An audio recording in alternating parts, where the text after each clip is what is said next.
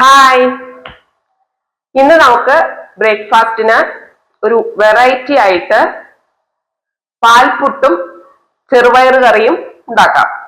ഇത് കണ്ടോ, നമ്മുടെ പാൽപുട്ടിന്റെ പുറത്തേക്ക് ചെറുപയറിന്റെ കറി അങ്ങോട്ട് വീഴുമ്പോൾ നമ്മുടെ മനസ്സിൽ എന്തോ ഒരു കുളിർമ, വയറിൽ എന്തോ ഒരു ഫീലിംഗ്, വിശപ്പാണെന്ന് തോന്നുന്നു. ഇത് ഉണ്ടാക്കുവാൻ വേണ്ടിയിട്ട് നമ്മൾ തലേ ദിവസം വെള്ളത്തിലിട്ട് കുതിർത്തി വെച്ചിരിക്കുന്ന ചെറുപയർ ഒരു കുക്കറിലേക്ക് ഇട്ട് കൊടുക്കുക. ഇനി അതിലേക്ക് ചെറുതായിട്ട് അരിഞ്ഞു വെച്ചിരിക്കുന്ന പച്ചമുളക്, അതുപോലെ തന്നെ ഒരു 2-3 വെളുത്തുള്ളി, ചെറുതായിട്ട് അരിഞ്ഞു വെച്ചിരിക്കുന്ന ഇഞ്ചിയുടെ കഷ്ണങ്ങൾ, അതുപോലെ തന്നെ അരിഞ്ഞു വെച്ചിരിക്കുന്ന സവാള അതിലേക്ക് ചേർത്ത് കൊടുക്കാം. ഇനി നമ്മൾ അതിലേക്ക് ചെറുതായിട്ട് അരിഞ്ഞു വെച്ചിരിക്കുന്ന തക്കാളി ചേർത്ത് കൊടുക്കുന്നു. ഇനി നമ്മൾ ചേർത്ത് കൊടുക്കുന്നത് കുറച്ച് ഉപ്പാണ്. പാകത്തിന് ഉപ്പ് ചേർത്ത് കൊടുത്തതിന് ശേഷം കുറച്ച് മഞ്ഞൾപ്പൊടി കൂടി അതിലേക്ക് ചേർത്ത് കൊടുക്കുന്നു. ഇനി കുറച്ച് കൂടുതൽ വെള്ളം ഒഴിച്ച് നന്നായിട്ടൊന്ന് ഇളക്കി. ഒരു കാര്യം മറന്നുപോയി, കുറച്ച് കറിവേപ്പില കൂടി ഇടണം. കുറച്ച് കറിവേപ്പില കൂടി അതിലേക്ക് ഇട്ട് ഒന്ന് അടച്ചു വെച്ച് നമുക്ക് ഈ ചെറുപയർ ഒന്ന് വേവിക്കുവാനായിട്ട് വെക്കാം. ഇതേ സമയം തന്നെ നമ്മളൊരു ബൗളെടുത്ത് അതിലേക്ക് 1 കപ്പ് പുട്ടുപൊടിയും ഒരു ലേശം ഉപ്പും ചേർത്ത് നന്നായിട്ട് ഒന്ന് ഇളക്കി വെക്കുക. ഇനി അതിലേക്ക് പാകത്തിന് വെള്ളം ചേർക്കുക.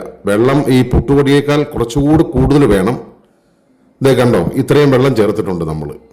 ഇനി ഇത് നന്നായിട്ട് ഒന്ന് ഇളക്കി കൊടുക്കുക.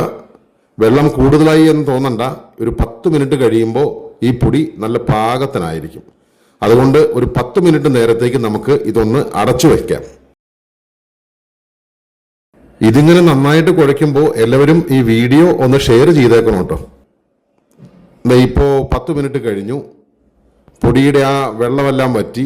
ഇപ്പോൾ നമ്മുടെ പാകത്തിന് പുട്ടെല്ലാം ഉണ്ടാക്കാൻ പാകത്തിനായിട്ടുണ്ട് നമ്മുടെ പൊടി. കണ്ടോ, ഇതിൻ്റെ ആ വലിയ കട്ടകളെല്ലാം വരുമ്പോൾ നമ്മൾ ചെറുതായിട്ട് അത് കൈകൊണ്ട് തന്നെ ഒന്ന് ഉടച്ചു കൊടുക്കാം നമുക്ക്.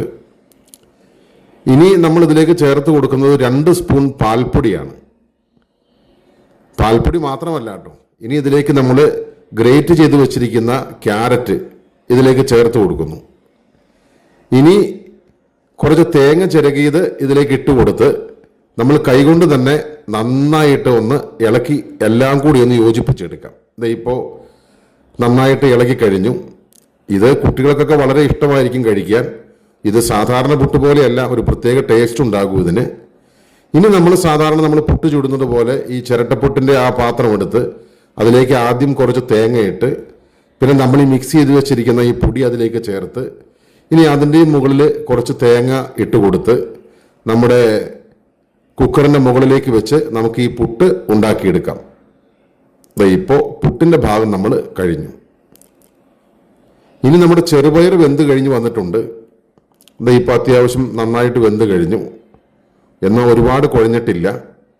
ഇനി നമുക്ക് ഇതിലേക്ക് ചേർത്ത് കൊടുക്കേണ്ടത് ഒരു മിക്സിയുടെ ജാറെടുത്ത് കുറച്ച് തേങ്ങ ചിരകിയത് അതിലേക്ക് ഇട്ട് കൊടുത്ത് കുറച്ച് ജീരകവും കുറച്ച് മഞ്ഞൾപ്പൊടിയും കുറച്ച് വെള്ളവും കൂടി ചേർത്ത് നന്നായിട്ടൊന്ന് അരച്ചെടുക്കാം. അതിനുശേഷം അത് ഈ ചെറുപയറിലേക്ക് ചേർത്ത് കൊടുക്കാം. നമ്മൾ കറിയാണ് ഉണ്ടാക്കുന്നത്, അതുകൊണ്ട് ഇതിലേക്ക് കുറച്ച് വെള്ളം കൂടി നമുക്ക് ചേർത്ത് കൊടുക്കാം.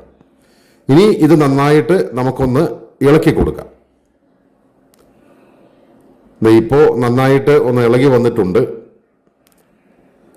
ഇനി നമുക്കിപ്പോൾ നമ്മൾ ഉപ്പെല്ലാം നോക്കിയിട്ട് ഉപ്പ് കുറവുണ്ടെങ്കിൽ പാകത്തിന് ഉപ്പെല്ലാം അതിലേക്ക് ചേർത്ത് നന്നായിട്ടൊന്ന് ഇളക്കി യോജിപ്പിക്കാം.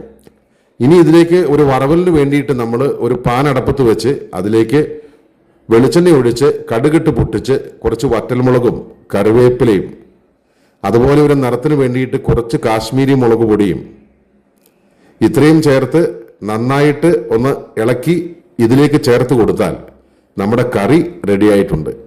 ഇത് ഈ കാണുന്നത് പോലെ തന്നെയാട്ടോ, കഴിക്കാനും നല്ല രസമാണ്. ഇനി ഇത് നന്നായിട്ടൊന്ന് ഇളക്കി ഒന്ന് യോജിപ്പിച്ച് നമ്മുടെ പാൽപുട്ടിലേക്ക് ഇതൊന്ന് ഒഴിച്ച്, കണ്ടോ അത് വീഴുമ്പോൾ തന്നെ എന്ത് രസമാണെന്ന് നോക്കി. ആ പാൽപുട്ടിലേക്ക് ഇതൊന്ന് ഒഴിച്ച് കഴിച്ചു കഴിഞ്ഞാൽ ഇതിനൊരു വെറൈറ്റി ടേസ്റ്റാണ്. അപ്പോൾ എല്ലാവരും ഒന്ന് ഉണ്ടാക്കി നോക്കണം. നിങ്ങളുടെ അഭിപ്രായങ്ങളൊന്ന് കമൻറ്റ് ചെയ്യണം. സംഭവം അടിപൊളിയാട്ടോ.